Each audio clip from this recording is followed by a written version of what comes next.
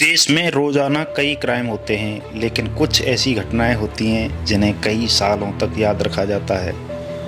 Media और लोगों की ताकत से कुछ केस इतने बड़े बन जाते हैं कि वो हमेशा के लिए लोगों के जेहन में बस जाते हैं।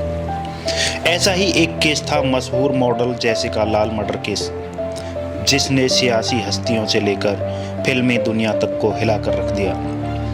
नमस्कार दोस्तों, मैं हूं देव और आप देखना शुरू कर चुके हैं ट्रू क्राइम स्टोरीज। दोस्तों, आज हम एक ऐसी कहानी लेकर आए हैं जिसे सुनकर आपके रोंगटे खड़े हो जाएंगे। आज से लगभग 23 साल पहले देश की राजधानी में जेसिका लाल महज एक पैग शराब के लिए मार दी गई थी। 90 के दशक के आखिर में हुई इस हत्या में सारी दुनिया जानती थी कि गुनाहगार कौन है, लेकिन बावजूद इसके जेसिका के हत्यारों को सलाखों के पीछे जाने में सालों लग गए। 23 साल पहले 20 अप्रैल 1999 को अगर मनु शर्मा ने जेसिका को महज एक पैक शराब के लिए गोली नहीं मारी होती तो वह आज हमारे इसी सोसाइटी में कहीं गुमनामी की जिंदगी जी रही होती, या फिर जिस मॉडलिंग की दुनिया में जेसिका कैरियर बनाना चाहती थी शायद उसमें सफलता की इबारत लिख रही होती। लेकिन नहीं, ऐसा कुछ ही नहीं हुआ जेसिका के नाम, क्योंकि शराब के एक पैक ने 34 साल की उम्र में उसे हमेशा के लिए खामोश कर दिया। आज की तारीख में अगर जेसिका जिंदा होती तो उसकी उम्र 57 साल की होती। 29 अप्रैल 1999 की काली रात एक अमीर बाप के बिगड़े हुए बेटे ने शराब की गिरफ्त में जेसिका को गोली मार दी। उस रात साउथ दिल्ली के कुतुब कॉलोनेड के टैमरिड कोर्ट रेस्तरां में अमीरों की पार्टी हो रही थी। उस पार्टी को रेस्तरां के NRI मालकिन और मशहूर सोशलाइट बीना रमानी होस्ट कर रही थीं। 29 अप्रैल 1999 की रात बीना अपनी कनाडाई पति जॉर्ज मेलहोट के कनाडा जाने के मौके पर शराब पार्टी दे रही थी। बीना की इस थर्सडे स्पेशल नाइट पार्टी में दिल्ली के बड़े और रसूखदार लोगों का जमावड़ा हुआ। पार्टी में बीना की बेटी मालिनी रमानी ने शराब परोसने के लिए मॉडल जेसिका लाल और सायन मुंशी को बतौर बारटेंडर बुलाया। दिल्ली की एलिट सर्किल में बीना रमानी पीने पिलाने के लिए मशहूर थी। रमानी परिवार के रसूख का अंदाजा आप इसी बात से लगा सकते हैं कि बीना रमानी ब्रिटिश पासपोर्ट होल्डर थी। उनके पति कनाडा से थे, वहीं उनकी बेटी Malini Ramani US passport holder थी। एक ही परिवार में पिता अलग देश के नागरिक हैं, माँ अलग देश की और बेटी अलग देश की। दिल्ली के फेज 3 सर्किल में रमानी परिवार का काफी मजबूत दबदबा था। रमानी की उस थर्सडे स्पेशल नाइट पार्टी में सायन मुंशी दिल्ली के एलिट लोगों को शराब परोस रहा था। रात में 12 बजने पर और शराब का स्टॉक खत्म होने पर पार्टी धीरे धीरे वाइंड अप होने लगी। तभी वहां आ धमकता है मनु शर्मा। उसके साथ में कोका कोला कंपनी के बॉटलिंग प्लांट का जनरल मैनेजर अमरदीप सिंह गिल उर्फ टोनी, आलोक खन्ना और यूपी के बाहुबली नेता DP यादव का बेटा विकास यादव भी था। मनु शर्मा ने जेसिका से शराब मांगा, जिसे देने के लिए जेसिका ने इनकार कर दिया। मनु ने एक ड्रिंक के बदले 1000 रुपये देने का ऑफर किया, लेकिन जेसिका ने सख्ती से शराब के लिए मना कर दिया। थोड़े ही पल में मनु शर्मा ने जेसिका के माथे पर पिस्टल तान दी और शराब मांगा। जेसिका ने मनु की बात को अनसुना कर दिया। मनु शर्मा ने सीधे उसके सिर में गोली मार दी और फिर दोस्तों के साथ फरार हो गया। मनु अपने दोस्तों के साथ न्यू फ्रेंड्स कॉलोनी आता है और वहां से अपनी टाटा सफारी में विकास यादव के साथ गाजियाबाद चला जाता है। अगले दिन तड़के मनु शर्मा गाजियाबाद से चंडीगढ़ स्थित अपने घर के लिए निकल जाता है। वहीं दूसरी ओर टैमरिड कोर्ट में घायल पड़ी जेसिका को लेकर बीना रमानी सफदरजंग एन्क्लेव के एसलोक हॉस्पिटल पहुंचती हैं। वहां के डॉक्टर आलोक चोपड़ा उन्हें फौरन अपोलो हॉस्पिटल ले जाने की सलाह देते हैं, लेकिन रमानी जब तक जेसिका को लेकर अपोलो पहुंचती वो रास्ते में ही दम तोड़ चुकी थी। जैसिका की हत्या का केस मेहरौली थाने में दर्ज होता है।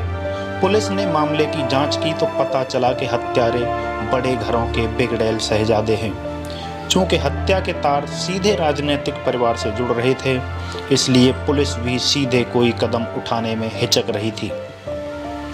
लेकिन मीडिया के दबाव में पुलिस ने सबसे पहले न्यू फ्रेंड्स कॉलोनी से अमरदीप उर्फ टोनी को गिरफ्तार किया। उसके बाद दिल्ली पुलिस ने 2 मई को नोएडा से मनु शर्मा की टाटा सफारी लावारिस हालत में बरामद की। उसके बाद 6 मई को मनु शर्मा ने चंडीगढ़ की अदालत में जैसिका लाल मामले में सरेंडर कर दिया। मनु के गिरफ्तार होते ही डीपी यादव के बेटे विकास यादव सहित सभी मुख्य आरोपियों को पुलिस ने गिरफ्तार कर लिया।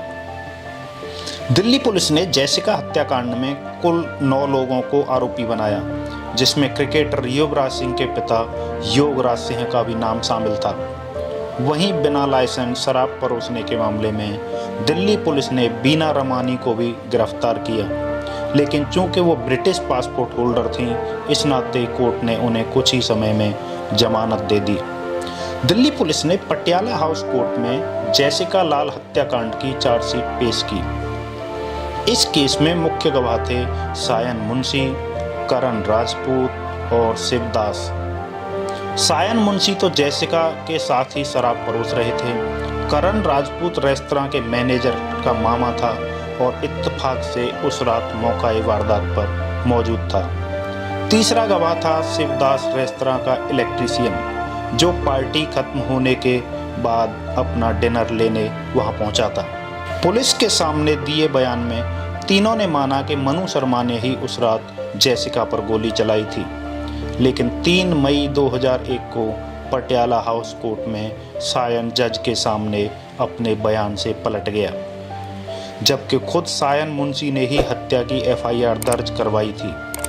कोर्ट में मुंशी ने कहा कि पुलिस ने हिंदी में पता नहीं क्या लिखा और मुझसे साइन करवा लिए, जबकि मैं तो हिंदी जानता ही नहीं हूँ। सायन की तरह 5 मई 2001 को इलेक्ट्रीशियन शिवदास भी कोर्ट में अपने बयान से पलट गया। तीसरा चश्मदीद राजपुर 16 मई 2001 को कोर्ट में पेश हुआ, लेकिन वो कटघरे के सामने खड़े मनु शर्मा को पहचानने से ही इनकार कर दिया। लेकिन बीना रवानी ने 6 जुलाई 2001 को, उनकी बेटी मालिनी रवानी ने 12 अक्टूबर 2001 को और बीना के कनाडाई पति जॉर्ज मेलहोट ने 17 अक्टूबर 2001 को कोर्ट में मनु शर्मा की शिनाख्त बतौर जैसिका लाल हत्यारे के तौर पर की। इसके बाद भी जैसिका की बदकिस्मती रही कि पटियाला हाउस कोर्ट ने मालिनी रवानी, बीना रवानी और उनके पति जॉर्ज मेलहोट के बयान को संज्ञान में नहीं लिया।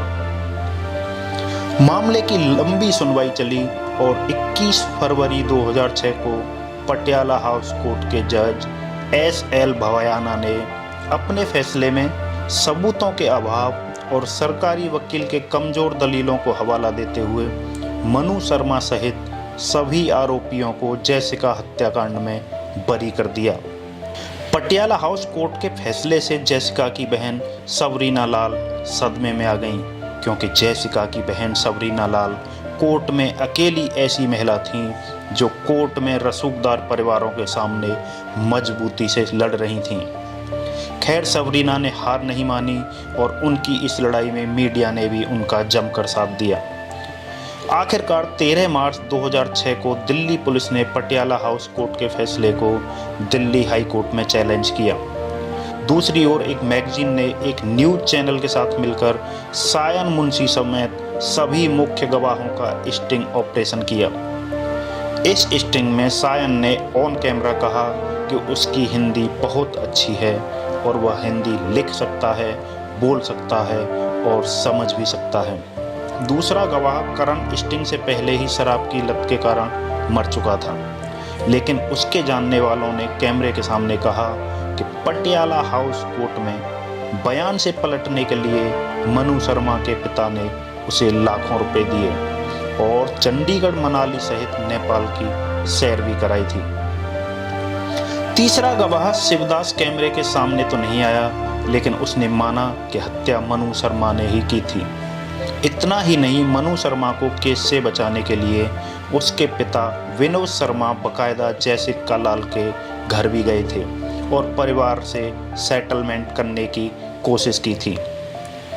स्टिंग ऑपरेशन के ऑन एयर होते ही पूरे देश में बवाल मच गया। आम लोग दिल्ली की सड़कों पर जयसिका के लिए इंसाफ मांगने के लिए उतर गए।